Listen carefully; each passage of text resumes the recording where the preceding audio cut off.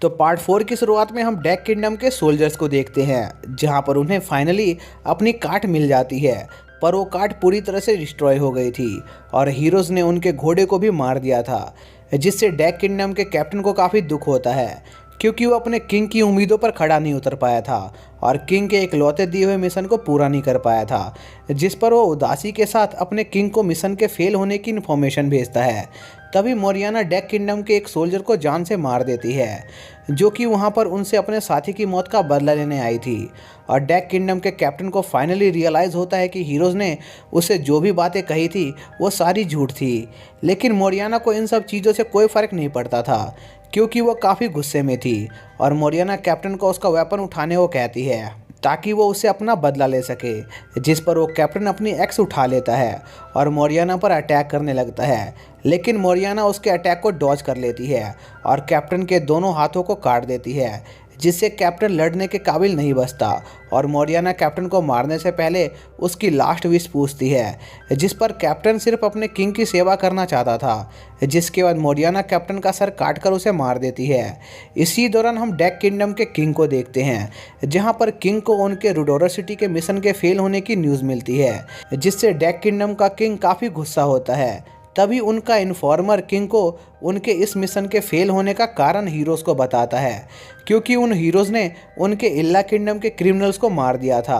और उस इन्फॉर्मर को डर होता है कि आगे चलकर हीरोज़ उनके डेक किंगडम के लिए काफ़ी बड़ा खतरा बन सकते हैं। जिस पर डेक किंगडम का किंग उस इन्फॉर्मर को हीरोज़ को जान से मारने का तरीका पता लगाने को कहता है। इसी बीच हम यूसुके और उसके ग्रुप को देखते हैं, जिन्हें डेक किंगडम के सोल्जर्स की कार्ट से कुछ चीज़ें मिली थी और वो उन्हें लेकर रुडोरा सिटी जाने की तैयारी कर रहे होते हैं। इसी बीच उनकी नज़र सिंडो की टीम पर जाती है, जो काफ़ी देर से एक ही जगह पर रुके हुए थे।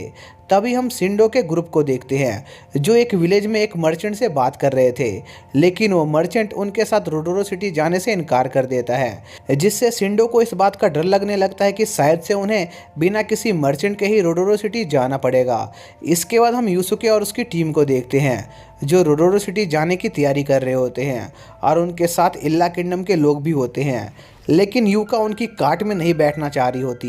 क्योंकि यूसुके ने उस कार्ट में डेक किंगडम के सोल्जर्स के कटे हुए सर भी रखे थे, क्योंकि यूसुके को लग रहा होता है कि वो सर भी उनके क्वेस्ट के गुड्स हो सकते हैं। जिस पर यूसुके यूका को उनकी गाड़ी चलाने का काम देता है, पर यूका देखती है कि यूसुके के इस फैसले से मोरियाना थोड़ी उदास हो जाती है और यूका को लगता है कि शायद से मोरियाना यूसुके के पास बैठना चाहती थी। जिसके कुछ देर बाद वो सभी एक जगह पर आराम करने के लिए रुकते हैं, जहां पर मोरियाना यूसुके से कुछ कहने आती है, पर यूसुके के साथ इल्ला किंगडम का वो लड़का भी था, जो देखकर मोरियाना यूसुके से कुछ कह नहीं पाती है और वहाँ से जाने लगती है। और मोरियाना को इस बात का दुख हो रहा होता है कि जल्द ही उनका सफ़र ख़त्म होने वाला है और यूका भी यह सब देख रही होती है और वो मोरियाना की यूसुके को प्रपोज करने में मदद करने का फैसला करती है और अलग अलग बहाने बनाकर यूसुके और मोरियाना को एक दूसरे के करीब लाने की कोशिश करने लगती है। पर यूका के वो सारे प्लान फेल हो जाते हैं, जिससे यूका काफ़ी दुखी होती है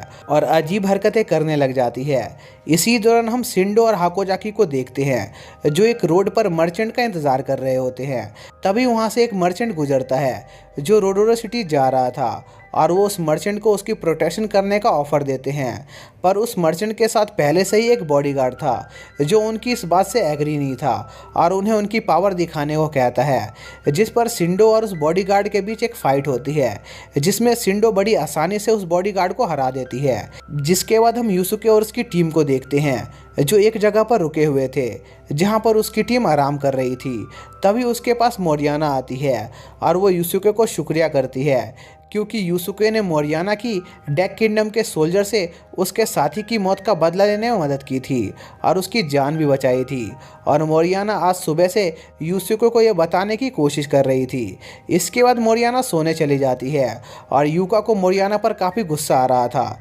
क्योंकि उसकी वजह से उसे पूरे दिन काफ़ी तकलीफ हुई थी। जिसके बाद हम सिंडो का सीन देखते हैं, जो उस मर्चेंट का कुछ सामान अपने कार्ट में रख लेती है, क्योंकि मर्चेंट की कार्ट में ज़्यादा जगह नहीं थी और वो बॉडीगार्ड भी उनसे काफ़ी तमीज़ से पेश आ रहा था। जिसके बाद बाद वो रोरोरो सिटी की तरफ निकल जाते हैं। इसी बीच हम यूसुके को देखते हैं, जहाँ पर यूसुके को मैप देखकर यह पता चलता है कि उन्हें रोरोरो सिटी पहुँचने में बस आधा दिन और लगने वाला है। इसलिए वो ये प्लान बनाने लगता है कि आखिर उन्हें एक क्वेस्ट कैसे पूरा करना है, क्योंकि उनके पास 3 चीज़ें थी जो वो रोरोरो सिटी में डिलीवर कर सकते थे, जिसमें से वो सबसे पहले इल्ला किंगडम के सिटीजन को चर्च में डिलीवर करने का प्लान बनाते हैं, और अगर उससे उनका टास्क कंप्लीट नहीं होगा तब वो डेक किंगडम के मरे हुए सोल्जर्स के हथियारों को मार्केट में सेल कर देंगे, और अगर उससे भी उनका टास्क कंप्लीट नहीं होता है तब वो फाइनली डेक किंगडम के सोल्जर्स के सरों को रोरोरो किंगडम के गार्ड्स को डोनेट कर देंगे। और उन्हें उम्मीद होती है कि इससे उनका रोरोरो सिटी में सामान डिलीवर करने का टास्क कंप्लीट हो जाएगा। इसके बाद उनका मैप को 5% एक्सप्लोर करने का टास्क ही बचेगा। तभी उन्हें शिंडो और हाकोजाकी भी मिल जाते हैं, और वो सभी अलग अलग होकर जल्दी से इस क्वेस्ट को पूरा करने का डिसाइड करते हैं, और वो सभी अलग अलग डायरेक्शन में ट्रैवल करने लगते हैं ताकि वो जल्दी से अपने इस क्वेस्ट को पूरा कर सके, क्योंकि उनके पास 4th क्वेस्ट को पूरा करने के लिए सिर्फ 1.5 दिन का ही समय रह गया था, और काफ़ी देर तक ट्रैवल करने के बाद भी वो सिर्फ मैप का 4.96% हिस्सा ही एक्सप्लोर कर पाए थे। तभी यूसुके देखता है कि वहाँ पर स्नो गिरनी शुरू हो गई है। तभी हम मोरियाना को देखते हैं, जो एक होटल में आराम कर रही होती है, क्योंकि बर्फीले तूफान के कारण रोरोरो सिटी के बाहर जाने के सारे रास्तों को बंद कर दिया गया था, जिस कारण से वो अभी इस सिटी से बाहर नहीं निकल सकते थे। और मोरियाना ये दुआ करती है कि हीरोज ठीक हो, क्योंकि माउंटेन्स का मौसम और भी ज़्यादा खतरनाक था। तभी हम पिछले दिन का सीन देखते हैं, जहां पर मोरियाना यूसुके से मिलने जाती है, क्योंकि यूसुके अपने क्वेस्ट को पूरा करने के लिए रोडोरो सिटी से जा रहा था, और उस समय भी मोरियाना यूसुके के सामने अपनी फीलिंग्स को एक्सप्रेस नहीं कर पाई थी। और मोरियाना ये सोचने लगती है कि वो अपनी जर्नी के दौरान कोई भी अच्छा काम नहीं कर पाई थी, और मोरियाना थोड़ा और समय हीरोज़ के साथ बिताना चाहती थी। लेकिन मोरियाना का वापस अपने किंगडम लौटना काफ़ी ज़रूरी था, क्योंकि वो एक नाइट थी, जिस बात से मोरियाना थोड़ी दुखी होती है। इसी दौरान हम यूसुके को देखते हैं, जो उस बर्फीले तूफान में फंसा हुआ था और अपने आप को ठंड से बचाने के लिए कई सारे कपड़े पहन लेता है, और सोचने लगता है कि आखिर जब उनका क्वेस्ट कंप्लीट होने वाला है तब ये तूफान कहाँ से आ गया। तभी यूसुके को एक बात रियलाइज़ होती है, और वो सोचता है कि अगर वो इस ठंड में मर गया तो क्या वो वापस से रिवाइव हो पाएगा, क्योंकि जब ओगरे ने शिंडो और हाकोजाकी को खा लिया था तब वो भी वापस से ज़िंदा नहीं हो पा रहे थे, और अगर यूसुके भी इस तूफान में मारा गया तब वो वापस से ज़िंदा नहीं हो पाएगा, क्योंकि जब वो वापस रिवाइव होगा उस समय भी उसकी बॉडी का टेम्परेचर लो ही रहेगा,